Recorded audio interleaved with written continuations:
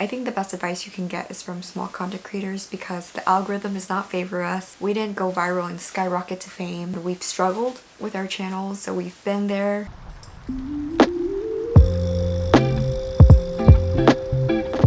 Hello everyone, it's Shirley and welcome to my channel. I made a video not too long ago about how small content creators make money online, and it was more of like an overview about tips that I had. But I wanted to start a creator series where I go in depth about content creation, YouTube monetization, growing your channel, tips and advice from my personal experience being on YouTube for 2 to 3 years, getting brand deals, knowing how much to charge, negotiating, thumbnails, search engine optimization, all of that. I collaborated with SocialBook in my first video, and they're partnering with me again to bring you this series, to bring you 10 videos about how to grow your channel and how you can start monetizing your content. In today's creator economy, it is very hard to go viral or to pop off. If you want to start a channel or you're trying to grow your channel, I think the best advice you can get is from small content creators because the algorithm does not favor us. We didn't go viral and skyrocket to fame, and we've struggled with our channels, so we've been there. We know how it feels to put so much time and effort into a video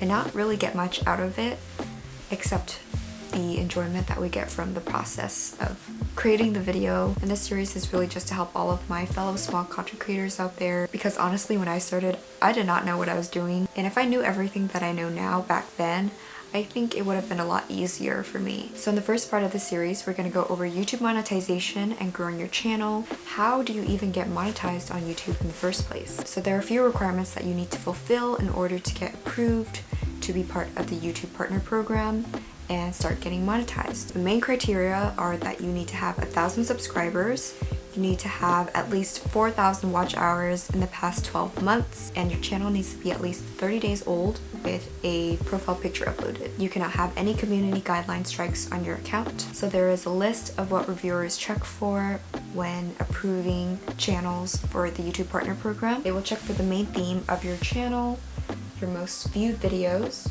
your newest videos, the biggest proportion of watch time, video metadata, which includes titles, thumbnails, and descriptions. They'll check that you have a linked AdSense account and live in a region where the YouTube Partner Program is available. Once you have reached the threshold of 1,000 subscribers and at least 4,000 watch hours, you will receive an email stating that your channel is eligible to be reviewed for the YouTube Partner Program.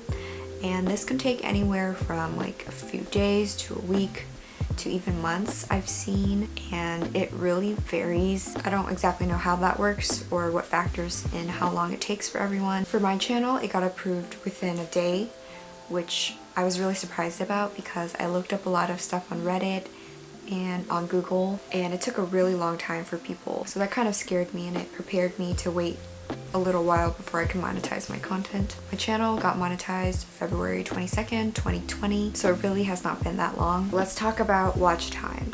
You need at least 4,000 watch hours in the past 12 months. That's 240,000 minutes. I think fulfilling the watch hours requirement is the hardest part because we can't really predict how our video will do and how long people will be watching our videos. But there are some things that you can keep in mind to keep your audience's attention.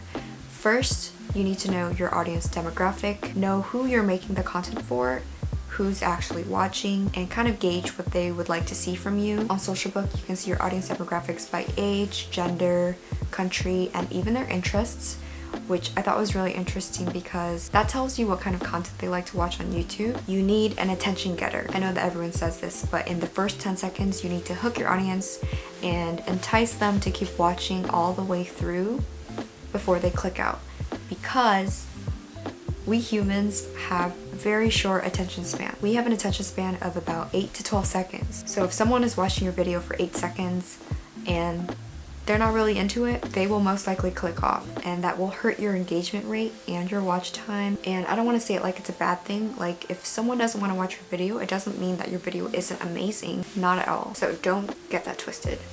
Also, thumbnails. Super important. It's like the first impression that someone has of your video, and if your thumbnail piques someone's interest enough for them to click on your video out of all of these other videos, I'd say it served its purpose. So spend some time on your thumbnail. Do not use clickbait. That will just hurt your channel. it'll drop your watch time because people will click off because you promised something that they did not get. You just don't want to do that. But you can create a fun and interesting thumbnail that is relevant to the content of your video. I'll make a separate video about how to use an online thumbnail maker and how I personally make thumbnails. For more tips on reaching monetization eligibility, that will be in my next video, so please look out for that. So look at your most viewed videos and compare them to how other videos did. Usually you'll see a trend of the content that's most popular on your channel, so that could be like vlogs or hair videos, makeup videos, and try to create more videos around this topic. Of course, if that content is not enjoyable for you, you don't have to do that, but that is probably the best way that you can increase your engagement rate and your average engagement, which can all be viewed on SocialBook. It is perfectly okay to want to grow. Like anything else in life, we would like to see success in things that we pursue and for things to come to fruition. And I would like to believe that people are supportive of each other, that your friends are supportive, but I know that's not always the case. But you are allowed to have goals and to want to achieve them, so don't let them dictate what you do.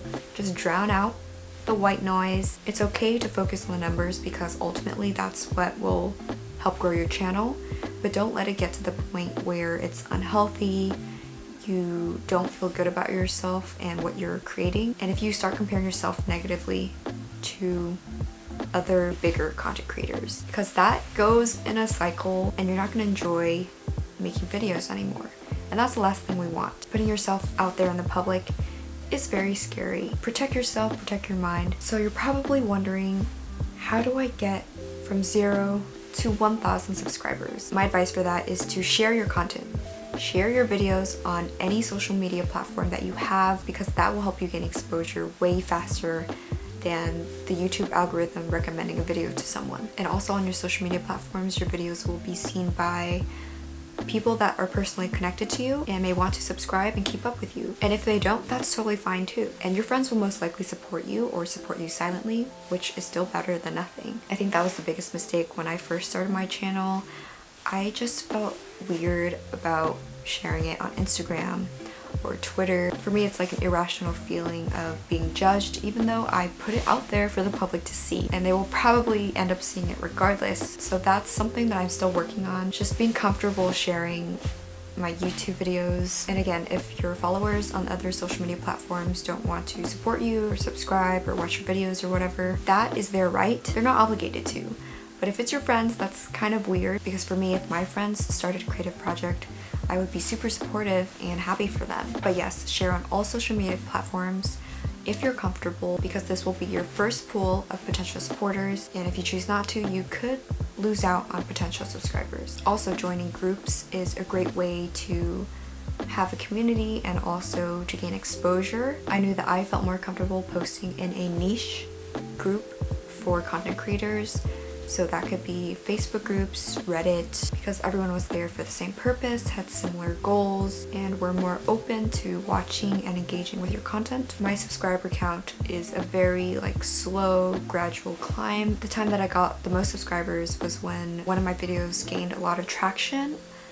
I don't even know how. It wasn't that quick, so it happened gradually over a few months, and that's all thanks to keywords and SEO, which is search engine optimization, which I'll go over in the next video. And also a tip that I've seen around a lot is engaging with similar content creators. So watch their content all the way through, leave a genuine comment. So in SocialBook, you can go to Know My Influence and connect your YouTube account to generate a report. This will give you your channel highlights, including which video category that you post the most. It will also give you a suggested price range to charge brands, which we will go over in a separate video. It'll also show your engagement rate and your average engagement. You can see which views are organic, the average views per subscriber, how many views you get on a sponsored video, and it'll also show you other channels that are similar to yours if they use SocialBook. So there are a lot of tools that SocialBook offers that you can use right now for free to grow your YouTube channel, and I will go over them in the next several videos in this creator series. If you'd like to sign up or subscribe, I do have an affiliate link down below that you can click through. I hope that you enjoyed the first part of the creator series. There will be more useful content on the way. If you have any tips or words of advice for small content creators, please leave them down below. I'd love to read them, and I think it would be really helpful to collaborate and interact. That is it for this video. Thank you all so much for watching, and I'll see you in the next one. Bye!